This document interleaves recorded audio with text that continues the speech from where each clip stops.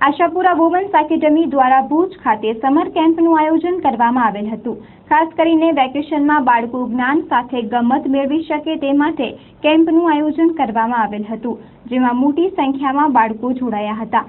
આજના સમયમાં જ્યારે બાળકોને અંગ્રેજી માધ્યમમાં ભણાવવાનો ક્રેઝ વધી જવા પામ્યો છે, ત્યારે ખાસ તો બાળકો ભારતીય સંસ્કૃતિથી વાકેફ થાય અને ભણતરની સાથે સાથે ગમતથી અન્ય રમતો પણ શીખે તે હેતુથી આ સમર કેમ્પનું આયોજન કરવામાં આવેલ હતું, જેમાં બાળકોને કરાટે, ચિત્ર, વેસ્ટમાંથી બેસ્ટ સહિતની પ્રવૃત્તિઓ કરાવવામાં આવી હતી।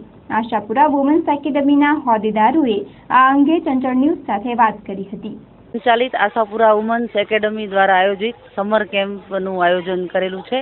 5 તારીખથી ચાલુ થયો હતો ને આવતીકાલે 11 તારીખે લાસ્ટ દિવસ છે અને બાળકોને આમાં ભારતીય સંસ્કૃતિ આધારિત જ્ઞાન, શિક્ષણ, જ્ઞાન સાથે ગમત અને એ લોકો આજે કરાટેના દાવ એ લોકોને શીખવાડ્યા અને દરેક એક્ટિવિટી અમે એ લોકોને સ્પેશિયાલિસ્ટ દ્વારા જ કરાવી છે। ભરતનાટ્યમ ક્લાસ, યોગ, સંગીત, સર્જનાત્મક પ્રવૃત્તિ અને અમારા ખાસ આ સમર કેમ્પના આયોજિત અને ખાસ અમારા માર્ગદર્શક દીનાબેન ચેતનભાઈ શાહ અને રાગિણીબેન વ્યાસ છે, જેના માર્ગદર્શનથી જ આ બધું અમારું કાર્ય ચાલી રહ્યું છે।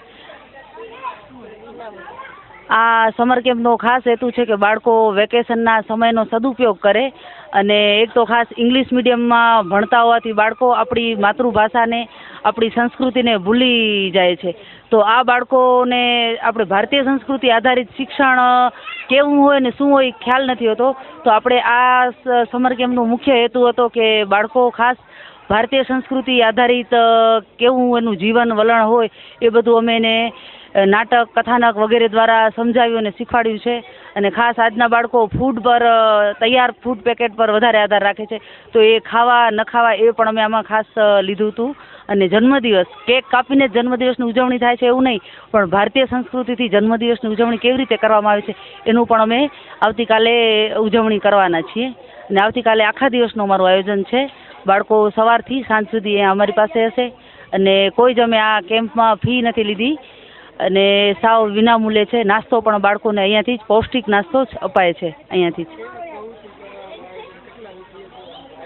આમાં 100 બાળકોએ ભાગ લીધો છે અને સર્જનાત્મક પ્રવૃત્તિ, કરાટે, યોગ, સંગીત, રમત, મેદાનની રમતો વગેરે આવી બધી બાળકોને મજા આવે એવું અમે આયોજન કરેલું હતું કે બાળકો ભાગ લઈ શકે અને આનંદથી ગમત કરી શકે એવી જ પ્રવૃત્તિઓ અમે લીધી હતી।